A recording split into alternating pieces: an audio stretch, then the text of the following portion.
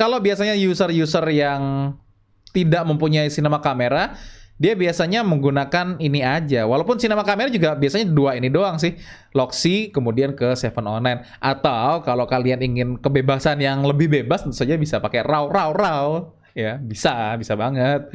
Cuman itu filenya gede banget gitu loh. Perbedaannya Rec 7-Online sama Log tuh apa sih ya? Kayak kemarin gue bahas Rec 7-Online, Log, Rec 7-Online, Log. Log itu ya logaritm gitu loh. Ketika kita lihat RGB curve tuh baik di Photoshop atau apapun, itu sebutannya ya linear curve gitu loh. Jadi ketika kita lihat dia dari IRE-nya dari 100 ke 0 ya kan? 100 ke 0 ya tinggal tarik garis aja gitu loh. Berbeda dengan gamut yang digunakan log. Dia menggunakan curve ya. Dia berbelok gitu.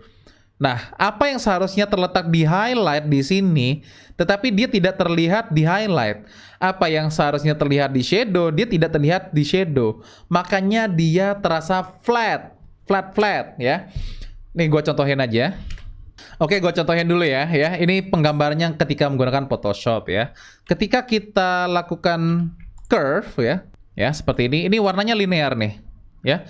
Kalau misalkan ibaratnya log, yang mana si shadow-nya itu tidak terletak di 0 ya. Kemudian highlight-nya itu tidak terletak di 100 ya. Seperti ini. Flat footage itu kurang lebih seperti ini ya. Ini secara luminance ya. Kalau secara saturation tentu saja ini bisa diturunin ya. Seperti ini ya. Dia flat ya. Dari flat ini nanti kita ubah dia menjadi Rec 7-Online lagi. Kayak gitu. Ini kurang lebih ya, ini penggambaran dengan foto ya, contoh. Tetapi yang kita lakukan di Photoshop itu namanya post processing gitu loh. Karena itu diproses setelah ada gambarnya, setelah ada ya. Kalau misalkan di kamera yang menggunakan S-Gamut, dia merekam dengan profile curve seperti ini ya. Tidak semua kamera bisa merekam curve. Dari gambar yang awalnya 8 stop ya, dynamic range-nya itu bisa menjadi sampai dengan 14 stop. Itu karena curve ya, itu thanks to log curve gitu loh. Itulah kenapa ketika kita merekam menggunakan curve ya, itu akan turun dia punya exposure sampai dengan 2 stop ya. Itulah kenapa ada tekniknya merekam log curve. Kemudian karena dia menyisakan bagian black dan pure white, kita akhirnya mendapatkan dynamic range yang lebih ya. Yang awalnya 8 stop menjadi 14 stop ya. Artinya apa? Dengan menggunakan log curve, kita mempunyai area yang lebih banyak untuk berkreasi ya. That's why banyak orang menggunakan log curve. Ini adalah contoh S-Log 2 dari Sony A7R2 yang gue pakai ya. Kalau di Sony A7R2 itu menggunakan PP7 ya, Picture Profile 7. Itu sudah menggunakan S-Log 2 ya.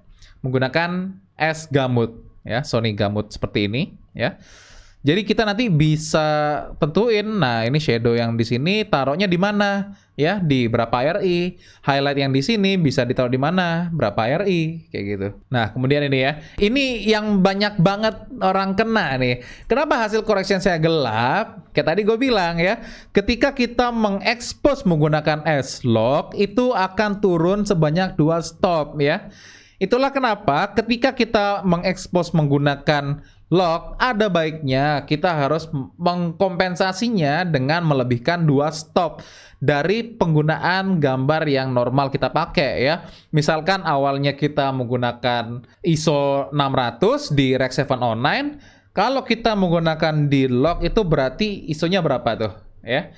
640 jadi 800 jadi 1250 kayak gitu. Jadi kita naikin ISO-nya 2 stop. Nah, karena menggunakan log curve itu membutuhkan 2 stop gambar yang lebih ya. Itulah kenapa rata-rata kamera yang mempunyai log curve itu adalah kamera yang low light capabilities-nya bagus kayak gitu loh. Itulah kenapa rata-rata Sony itu udah bisa kayak gitu. Karena low light-nya bagus ya. Karena ketika kita kompensasiin 2 stop itu kan naikin ISO rata-rata ya. Itulah kenapa itu sangat tidak preferable banget menggunakan S-Log, menggunakan kamera yang low light capabilities-nya ampas kayak gitu. Makanya gue sangat sarankan ketika menggunakan S-Log ya minimal A7 II A7S ya, dan semacamnya, ataupun A6000 ya. A6000-nya bukan A6000 A6300 minimal kayak gitu. Yang low light capabilities-nya oke ya. Karena mungkin bisa jadi kita akan menggunakan ISO yang cukup tinggi. Nah, S-Log ya, karena dia membutuhkan dynamic range tinggi, maka minimal ISO-nya juga dia tinggi ya. Makanya kalau kita record pagi, kalau misalkan gambarnya overblown, gambarnya terlalu terang, ya tentu saja kita membutuhkan ND filter ya. Kadang-kadang ya, kalau kalian tidak mau mengorbankan nilai F atau aperture, kayak gitu ya. Kunci dari exposing S-Log ya. S-Log itu ada kuncinya men, kunci ya. Seperti gue bilang tadi, kita naikin 2 stop. Nah kalau misalkan kita lihat meter nih ya, di meternya itu kita taruh di +2. Artinya apa? Kita sudah mengekspos 2 stop lebih terang. Tetapi +2-nya itu kalau gue pribadi biasanya nggak sampai kedip-kedip ya.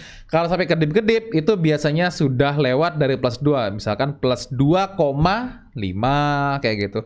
Biasanya gue pasin banget di +2, jadi +2 itu nggak sampai kedip-kedip. Kemudian metering ya. Metering itu apa? Metering itu ya pengukuran ya. Mode pengukurannya seperti apa? Kalau misalkan yang digunakan untuk film, untuk S-Log ya, itu biasanya kita menggunakan matrix atau di Canon namanya evaluatif ya. Evaluatif metering ya. Jadi dia akan mengukur dari keseluruhan layar, keseluruhan sensor. Ketika kita ukur dari keseluruhan sensor, tentu saja itu adalah nilai evaluasi dari seluruhnya, itu nilai average. Jadi kalau misalkan ada suatu titik yang terlalu terang atau ada suatu titik yang terlalu gelap, nanti akan diambil average-nya. Itulah kenapa kalau kita mengekspos menggunakan S-Log, biasanya metering yang digunakan itu adalah metering matrix atau evaluatif di Canon ya. Apa bedanya kalau kita menggunakan center weight atau spot? Ya tentu saja kadang orang menggunakan metering center weight atau spot itu nanti diarahin ke skin tone ya. Sedangkan kita nggak butuh itu. Kita kan zebranya nanti ditaruh di 100 plus juga. Kecuali nanti misalkan zebranya ditaruh di 60 gitu. Kita mau nilai dia punya mid-tone ya boleh-boleh aja. Tetapi saran gua ya, karena dari pengalaman yang paling balance untuk digunakan ketika menggunakan S-Log untuk bikin film, short movie, iklan dan lain sebagainya, itu adalah menggunakan meter ya matrix. Matrix atau evaluative metering ya. Matrix metering di Sony Matrix ya. Nah, seperti ini ya. Kayak gue jelasin tadi ya. Kalau spot ya nanti dia akan muncul bulat di kamera tuh akan muncul bulat di viewfindernya. Nanti dia akan hanya menilai cahaya yang jatuh di titik ini aja. Kemudian evaluatif atau matrix itu dia mengukur luminance di semua bagian dari sensor kayak gitu. Itulah kenapa matrix itu lebih cocok. IRE ya, itu kan udah gue bahas tuh ya.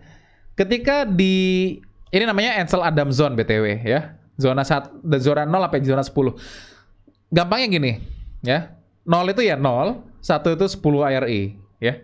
10, 20, 30, 40, 50, 60, 70, 80 dan seterusnya. Biasanya ketika kamera itu menilai ya, makanya kayak tadi gue bilang, kalau misalkan IRE-nya kita taruh di 60, nanti dia akan taruh meternya di 0, di 60 IRE ya. Itulah kenapa pakai matrix metering gitu loh. Ya. 0 itu pure black, white itu ya 100 ya. 100 IRE itu pure white. Oke. Kemudian skin tone itu biasanya jatuhnya dari 50 sampai 70. Kalau 70 itu sudah putih banget lah orang itu tuh. Kalau kena key light itu udah putih banget ya. Biasanya dia di 60 IRE ya. Mid tones itu biasanya di sini tempatnya nih. Makanya di sini tulisannya 63% ya. Itu taruhnya skin ya. 50% itu middle gray. IRE paham dulu ya. Ini gampang lah ya kurang lebih ya.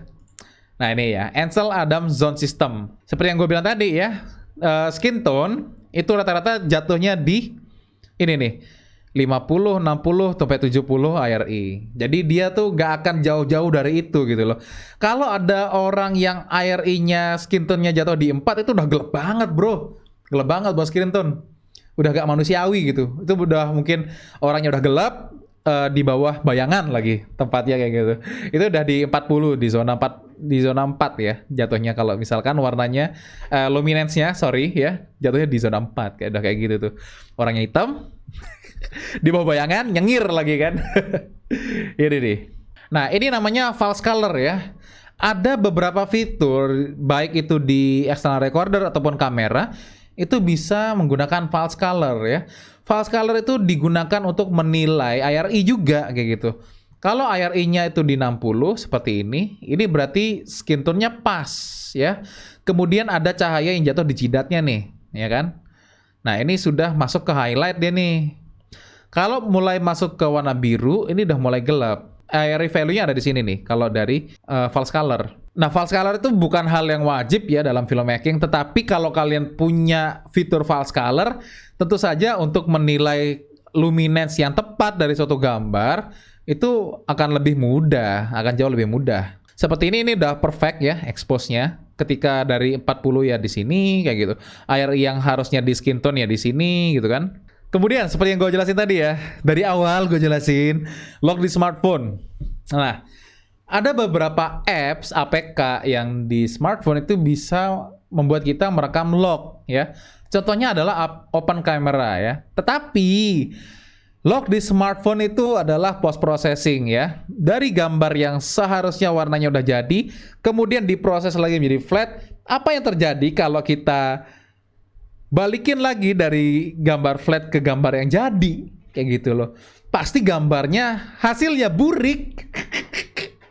Itulah kenapa gue bilang di smartphone pun walaupun dia bisa lock, ya itu adalah nilai jual sih sebenarnya di software ya kan.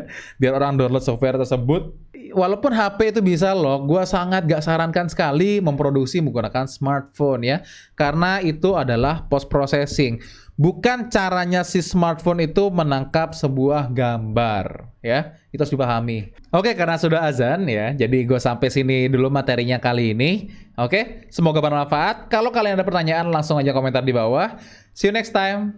Gue Kalotip dan terus berkarya.